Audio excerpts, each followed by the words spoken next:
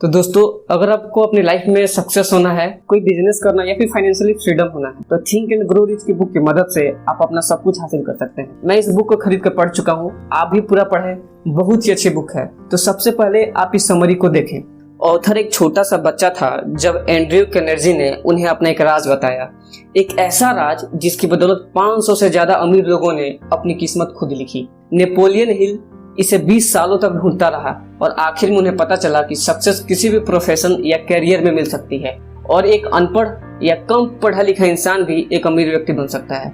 और ये सीक्रेट लेखक अपने रीडर्स के साथ बांटना चाहता है कि आखिर कैसे 500 से ज्यादा अमीर लोगों को अपनी जिंदगी में इतनी बड़ी सफलता मिली। और ये सीक्रेट सिर्फ उनके लिए है जो इसे जानने के लिए तैयार हैं। जिन्होंने ये सीक्रेट अप्लाई किया उनका अमीर बनने का सपना पूरा हुआ है। लेकिन ये ऐसे ही इतनी आसानी से नहीं हो सकता, आपको कुछ एफर्ट तो करना ही पड़ेगा। इस किताब में आप जानेंगे कि सफलता पाने के लिए क्या और कैसे करना है, कैसे और कब से इसकी शुरुआत करें। हाँ, कोई भी सफलता पा सकता है, मगर यह सिर्फ उसे ही मिलेगी जो इसे रियल लाइफ में अपनाएगा। इस किताब में वो 13 स्टेप्स बताए गए हैं जिन्हें नेपोलियन हिल ने सक्सेस पाने के लिए रिकमेंड किया है, और कोई भी इन स्टेप को अपनाकर अपनी जिंदगी सक्सेसफुल बना सकता है। अगर आप अपनी जिंदगी में पैसा, मान सम्मान, पर्सनालिटी, सुकून और खुशी चाहते हैं तो इसका राज आप उन अमीर लोगों से जान सकते हैं। जैसे जैसे आप ये 13 स्टेप्स पार करेंगे उस सीक्रेट के और करीब आते जाएंगे। अब आप तैयार हो जाइए, क्योंकि जो वीडियो आपके हाथ लगा है वो आपकी लाइफ को बदल कर रख देगा। नेपोलियन हिल ने हमें इस सीक्रेट का एक क्लू दिया है कि सब तरक्की, सब अमीरी की शुरुआत के पीछे एक आइडिया है। तो इन सारे आइडिया को स्टेप बाय स्टेप समझते हैं। हम पूरे समरी को 13 स्टेप्स में और 2 वीडियो के पार्ट्स में समझेंगे। तो दोस्तों, स्वागत है आप सभी का मेरे इस खूबसूरत से चैनल पे। अगर आप चैनल में पहली बार है तो चैनल को सब्सक्राइब कर लें और बेल आइकन को जरूर दबाएं, ताकि ऐसे ही मेरे आने वाले वीडियो को सबसे पहले आप देख पाएं। तो पहला स्टेप है डिजायर, इच्छा। जब आप किसी चीज को पूरे दिल से चाहते हैं तो वो हकीकत बन के आपके सामने आ जाती है। अपने सपने के बारे में लगातार सोचने से आप उसे पाने के रास्ते ढूंढने लगते हैं। एक टर्म है जिसे मनी कॉन्शियसनेस कहते हैं, जिसका मतलब है पैसे के पीछे दीवाना होना। यानी आपके मन में खूब पैसे कमाने की इच्छा है। ये दिमाग की एक हालत है, यानी स्टेट ऑफ माइंड, जहां आप खुद को पहले से ही अमीर समझने लगते हैं। जब आप मनी कॉन्शियसनेस बनते हैं तो पैसा कमाने लगते हैं। हम यहाँ पर 6 स्टेप्स बता रहे हैं जो पक्का आपको मनी कॉन्शियसनेस बना ही देगा। पहला स्टेप तो ये कि आप कितना पैसा कमाना चाहते हो ये सोच लीजिए। सिर्फ ये बोलना काफी नहीं होगा कि मुझे बहुत सारा पैसा कमाना है। आपको एक फिक्स अमाउंट तो सोचना ही पड़ेगा ताकि आप अपना सपना सच में पूरा कर पाएं। दूसरा स्टेप कि आपको ये तय करना होगा कि इतना पैसा कमाने के लिए आप क्या कर सकते हैं, क्योंकि फ्री में तो आपको कुछ नहीं मिलने वाला। तीसरा स्टेप कि वो तारीख डिसाइड करनी है जिस दिन तक आप अपनी सोची हुई रकम को पा सकेंगे। चौथा स्टेप होगा कि एक ऐसा खास प्लान सोचना जिससे आप ये पैसा कमा सकें, और एक प्लान करने के बाद आपको बिना झिझक उस रास्ते पे आगे बढ़ना है। आपका 5वां स्टेप होगा कि आप अपना फुल प्रूफ प्लान कहीं लिख लें। कितनी रकम आप चाहते हैं, कब तक चाहते हैं और आपका प्लान क्या होगा, ये हर चीज आप एक पेपर पे लिख लें। और आखिर में 6वां स्टेप है कि अपने इस स्टेटमेंट को दिन में 2 बार पढ़ें और रेगुलर याद करें। अगर सच में आपके अंदर अमीर बनने की ख्वाहिश है तो इन स्टेप्स को फॉलो करना आपके लिए कोई मुश्किल की बात नहीं है। इस तरह आप देखेंगे और महसूस करेंगे और यकीन भी कर पाएंगे कि आपके पास पैसा है। इसे दोहराते रहें और आप मनी कॉन्शियसनेस बन जाएंगे। एक बात याद रखिए कि हर बड़ी अचीवमेंट हासिल होने से पहले एक सपना ही लगती है। दूसरा स्टेप फेथ यानी विश्वास। एक ऐसी ताकत है इस यूनिवर्स में जो हमें उन चीज़ों के पास ले आती है जिन पर हम यकीन रखते हैं। जब हमें पॉजिटिव ख्याल आते हैं तो हमारे साथ खुद ही सब कुछ अच्छा होने लगता है, लेकिन जब हम नेगेटिव सोचते हैं तो बुरी चीज़ें अपने आप होने लगती हैं। देखा जाए तो बैड लक या बुरी किस्मत जैसी कोई चीज़ होती ही नहीं, बस हम किस पर यकीन करते हैं वो मायने रखता है।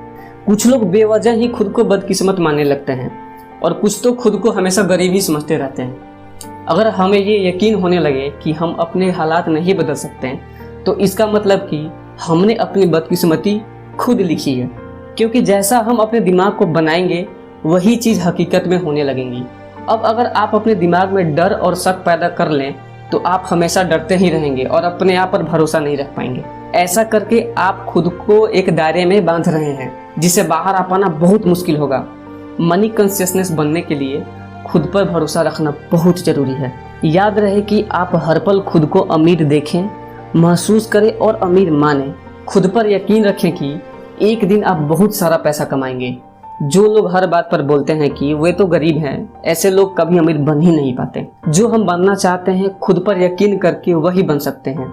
जैसे विचार हम दिमाग में भरेंगे एक दिन हमारी सच्चाई बनते जाएगी।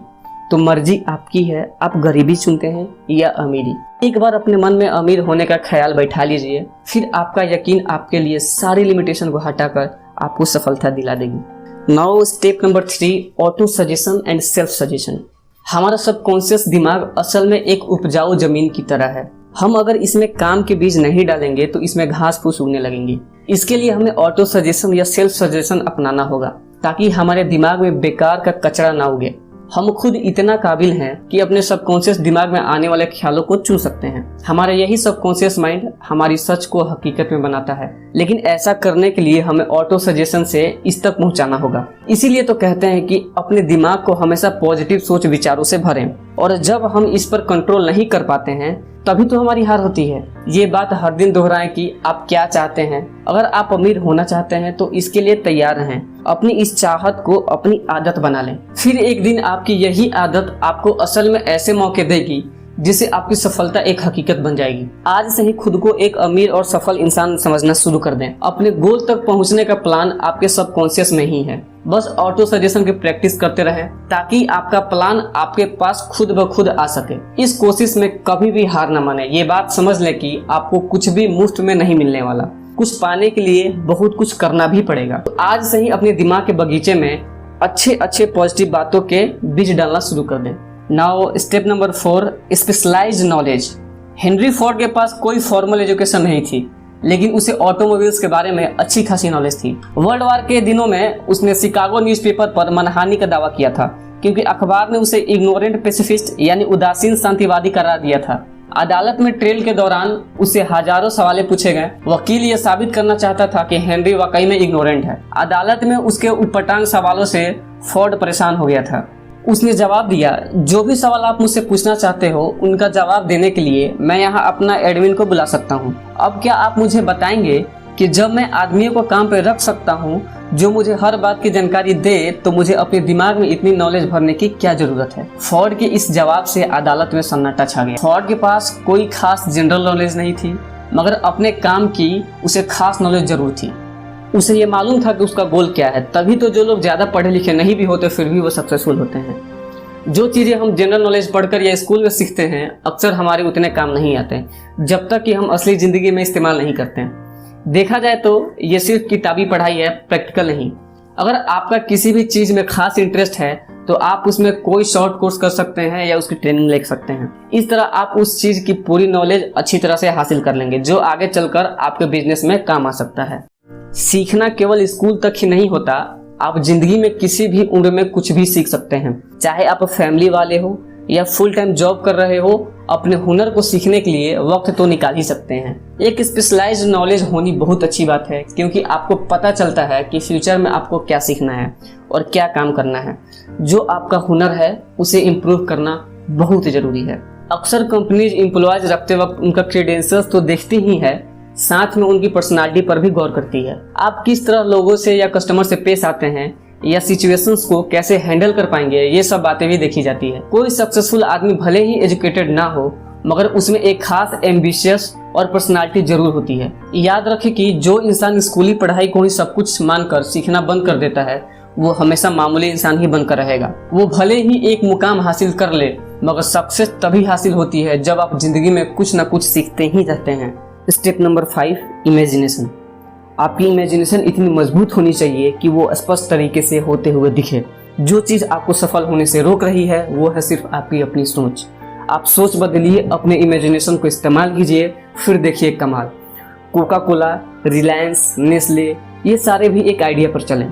आज जो जितनी भी चीज़ें हम अपने आसपास देखते हैं जैसे गैजेट्स या सोशल मीडिया, इन सब के पीछे कोई आइडिया ही है।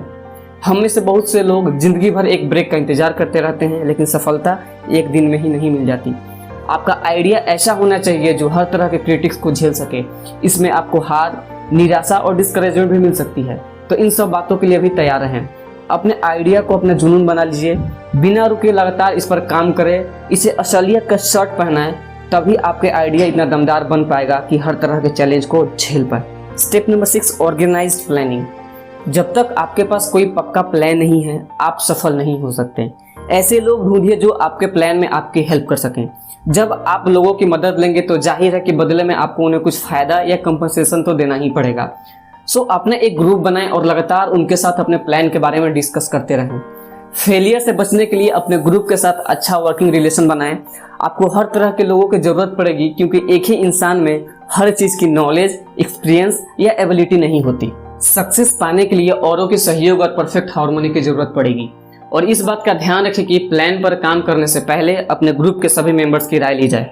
अगर पहला प्लान भी फेल हो जाता है तो दूसरे पर काम करें, और अगर ये वाला भी नहीं चलता तो हार भी ना माने। तब तक नए प्लान बनाते रहें जब तक कोई पक्का प्लान नहीं हाथ लग जाता। याद कीजिए कि किस तरह थॉमस एडिसन ने 10,000 बार कोशिश की थी, तब जाकर वे लाइट बल्ब बनाने में कामयाब हुए।